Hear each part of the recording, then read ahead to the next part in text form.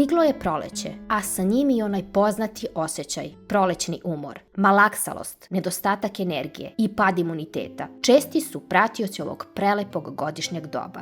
Ali priroda uvek ima rešenje. Danas pričamo o kralju vitamina C, šipurku. Iako ga svi znamo iz džemova i marmelada, šipurak je mnogo više od toga.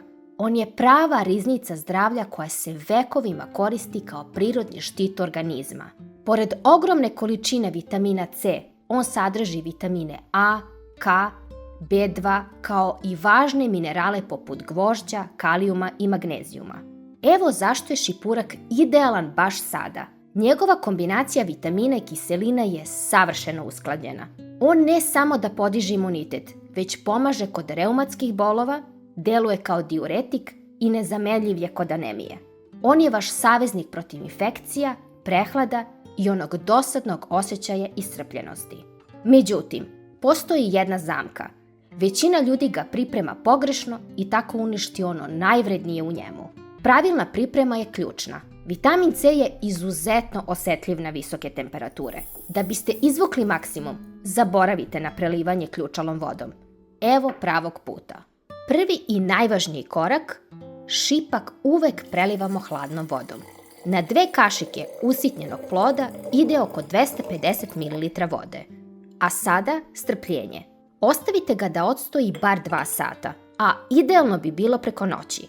Na ovaj način šipurak polako pušta svoje lekovite sastojke bez termičkog šoka. Nakon natapanja stavljamo čaj na vatru. Zagrejte ga do ključanja i pustite da vri samo 5 minuta. Kratko kuvanje je tajna očuvanja vitamina. Nikada ne stavljajte plod direktno u kipeću vodu. Sklonite sa vatre, poklopite i ostavite da odstoji još pola sata. Koristite vrlo gustu cedaljku ili gazu. Šipurak ima sitne dlačice koje mogu da iritiraju grlo, pa budite pažljivi u ovom koraku. I naš štit za imunitet je spreman. Ako volite sladak čaj, med dodajte tek kad se napitak prohladi i postane mlak. Tako ćete čuvati i lekovitost meda. Preporučujem 1 do 3 šolje dnevno. Osetit ćete kako vam se energija vraća, a telo se lakše bori sa prolećnim izazovima.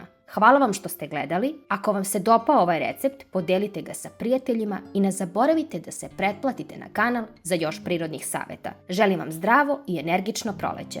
Pozdrav!